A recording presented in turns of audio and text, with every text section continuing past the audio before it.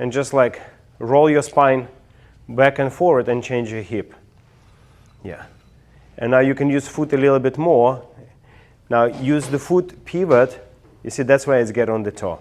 But it's take your spine forward. But that moment, you don't want to be staying there. You want to, from that moment, go to the next. So basically, you want to be standing like this all the time. Tick. So in that position with a strong ball of the foot, like it hurts almost, like you have to really bend it nicely. Mm-hmm. Yeah, look how solid, yeah. And you want to do this, like a moving exercises, yeah, and pushing, yeah.